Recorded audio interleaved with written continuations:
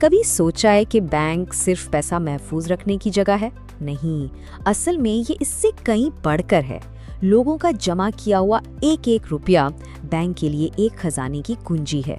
تو آئیے آج اسی راز سے پردہ اٹھاتے ہیں کہ بینک اس جمع شدہ رقم سے مزید پیسہ بناتے کیسے ہیں۔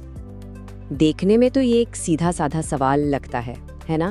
لیکن اس کا جواب بہت دلچسپ ہے۔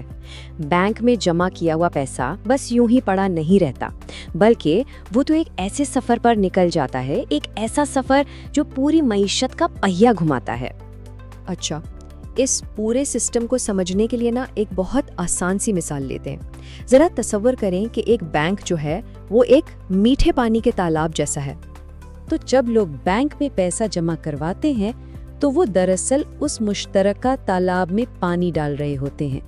سیدھی سی بات ہے، مقصد یہی ہے کہ جب بھی ضرورت پڑے وہ اپنا پانی آرام سے واپس نکال سکیں۔ تو یہیں پر بینک کا اصل کردار سامنے آتا ہے، یعنی ایک فائنینشیل انٹرمیڈیری، یا یوں کہیں کہ ایک مالیاتی ثالث کا۔ یہ بالکل ایک پل کی طرح کام کرتا ہے۔ ایک طرف وہ لوگ ہیں جن کے پاس اضافی پیسہ ہے، اور دوسری طرف وہ جنہیں پیسے کی ضرورت ہے۔ بینک ان دونوں کو آپس میں جوڑتا ہے۔ تو یہ صرف پیسے رکھنے کی جگہ نہیں، بلکہ پیسے کو کام پر لگانے والی ایک مشین ہے۔ ٹھیک ہے، تو یہ بات تو سمجھ میں آ گئی کہ بینک پیسے کو حرکت میں رکھتا ہے، لیکن سوال یہ ہے کہ بینک خود اس سے اپنا منافع کیسے کماتا ہے؟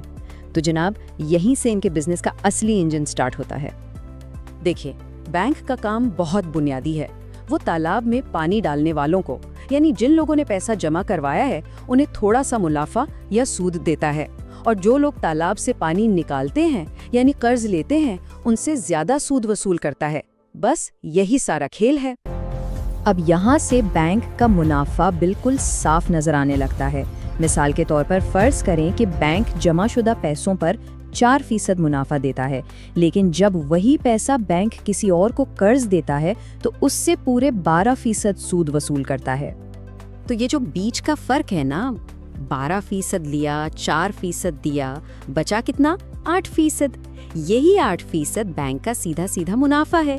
اسی کو بینکنگ کی زبان میں نیٹ انٹرسٹ مارجن کہتے ہیں، اور یہی بینک کی کمائی کا سب سے بڑا، سب سے اہم ذریعہ ہے۔ لیکن ٹھہریے، کہانی ابھی ختم نہیں ہوئی۔ یہ سود کا فرق تو بینک کی کمائی کا سب سے بڑا حصہ، اس میں کوئی شک نہیں، لیکن ان کی جیب میں پیسے ڈالنے کے اور بھی کئی طریقے ہیں۔ چلیں دیکھتے ہیں کہ وہ کیا ہے۔ اب آتا ہے بینک کا سائیڈ بزنس، جو کہ ہے فیس پر مبنی آمدنی۔ کبھی ATM استعمال کرنے کی فیس لگ گئی، تو کبھی اکاؤنٹ مینٹیننس کے نام پر چارجز کٹ گئے، چیک باؤنس ہو جائے تو فیس، کریڈٹ کارڈ کی سالانہ فیس، انٹرنیٹ بینکنگ چارجز۔ یہ چھوٹی چھوٹی رقمیں لگتی ہیں، لیکن جب یہ لاکھوں صارفین سے اکٹھی ہوتی ہیں تو یہ بینک کے لیے ایک بہت بڑا منافع بن جاتی ہیں۔ اور پھر وہ پیسہ جو قرض پر نہیں دیا جاتا، کیا وہ بیکار پڑا رہتا ہے؟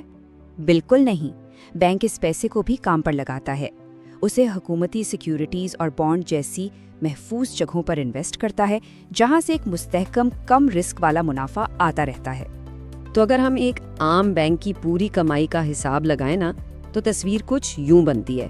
سب سے بڑا حصہ یعنی تقریباً 70% اسی سود کے فرق سے آتا ہے۔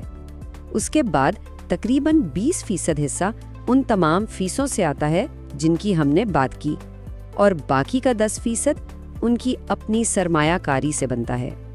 یہ بزنس ماڈل سننے میں تو بڑا زبردست اور منافع بخش لگتا ہے نا؟ لیکن ہر چمکتی چیز سونا نہیں ہوتی۔ اس ماڈل میں کچھ بڑے خطرات بھی چھپے ہیں۔ تو اب ذرا دیکھتے ہیں کہ یہ خطرات کیا ہیں اور ان سے بچنے کے لیے کیا حفاظتی اقدامات کیے گئے ہیں۔ یہ پورا کا پورا نظام ایک اصول پر کھڑا ہے، جسے کہتے ہیں فریکشنل ریزرو بینکنگ۔ اب یہ کیا چیز ہے؟ اس کا مطلب سیدھا سا ہے، بینک کو لوگوں کے جمع کروائے ہوئے سارے کے سارے پیسے اپنے پاس ہر وقت رکھنے کی ضرورت نہیں ہے۔ وہ اس کا صرف ایک چھوٹا سا حصہ، ایک فریکشن، ریزرو میں رکھتا ہے، اور باقی سارا پیسہ قرض پر دے سکتا ہے۔ اب اس سسٹم کے فائدے بھی ہیں اور کچھ بڑے نقصانات بھی۔ فائدے کی بات کریں تو یہ معیشت میں پیسے کی گردش کو تیز کرتا ہے، کاروباروں کو قرض ملتا ہے اور ملک ترقی کرتا ہے۔ لیکن دوسری طرف اس سے بینک رن جیسا خطرناک خدشہ پیدا ہو جاتا ہے، اور کبھی کبھی یہ بینکوں کو حد سے زیادہ رسک لینے پر بھی اکسا سکتا ہے۔ بینک رن یہ اس پورے سسٹم کا سب سے بڑا خطرہ ہے۔ سوچیں، اگر کوئی افواہ پھیل جائے کہ بینک ڈوبنے والا ہے اور بہت سارے لوگ ایک ہی وقت میں اپنا سارا پیسہ نکالنے بینک پہنچ جائیں تو کیا ہوگا؟ چونکہ بینک نے تو زیادہ تر پیسہ قرض پر دیا ہوتا ہے، اس کے پاس اتنی نقد رقم موجود ہی نہیں ہوتی، اور یہ صورتحال ایک بہت بڑے بحران کو جنم دے سکتی ہے۔ تو اسی خوفناک خطرے سے بچنے کے لیے ایک سیفٹی نیٹ یعنی حفاظتی جال بنایا گیا ہے۔ ہر ملک کا مرکزی بینک، جیسے پاکستان میں اسٹیٹ بینک ہے، وہ تمام کمرشل بینکوں کے لیے ایک ریزرو ریکوائرمنٹ یا ریزرو کی حد مقرر کرتا ہے۔ یہ ہمارے تالاب کا وہ حصہ ہے جسے کوئی نہیں چھیڑ سکتا۔ یہ پیسہ ہر حال میں بینک کے پاس رہتا ہے تاکہ اگر لوگ اچانک پیسہ نکالنے آ بھی جائیں تو بینک انہیں خالی ہاتھ نہ لوٹائے۔ اچھا، ابھی تک تو ہم نے ایک بینک کے اندر کی کہانی سمجھی ہے، اب ذرا زوم آؤٹ کرتے ہیں اور دیکھتے ہیں کہ یہ ایک بینک بینکنگ کی پوری بڑی دنیا کا حصہ کیسے بنتا ہے۔ دیکھیں، بینکنگ کی دنیا میں مختلف قسم کے کھلاڑی ہوتے ہیں۔ ریٹیل بینکس وہ ہیں جن سے ہمارا اور آپ کا یعنی عام لوگوں اور چھوٹے کاروباروں کا واسطہ پڑتا ہے۔ پھر آتے ہیں کمرشل بینکس جو بڑی بڑی کمپنیوں اور کارپوریشنز کو ڈیل کرتے ہیں۔ انویسٹمنٹ بینکس کا کام اور بھی بڑا ہے، یہ سرمایے کی مارکیٹوں اور بڑے مشاورتی سودوں میں مہارت رکھتے ہیں۔ اور ان سب کے اوپر بیٹھا ہے سینٹرل بینک یا مرکزی بینک جو پورے کھیل کی نگرانی کرتا ہے اور اصول بناتا ہے۔ تو دیکھا آپ نے کہانی کہاں سے شروع ہوئی تھی؟ ایک چھوٹے سے ڈپازٹ سے، اور وہ ایک ڈپازٹ دراصل ایک پورے معاشی نظام کو حرکت میں لے آتا ہے۔ یہ ایک ایسا چھوٹا سا قدم ہے جس کے اثرات بہت بہت بڑے ہوتے ہیں۔ اور آخر میں ایک سوال سب کے لیے چھوڑے جاتے ہیں۔ آج ہم ڈیجیٹل کرنسیوں اور ڈی سینٹرلائزڈ فائنانس کی دنیا میں داخل ہو رہے ہیں۔ ایسے میں بینکنگ کا یہ جو صدیوں پرانا ماڈل ہے، کیا یہ ایسے ہی چلتا رہے گا یا پھر وقت کے ساتھ اسے بھی خود کو بدلنا پڑے گا؟ یہ ایک بہت بڑا سوال ہے جس کا جواب آنے والا وقت ہی دے گا۔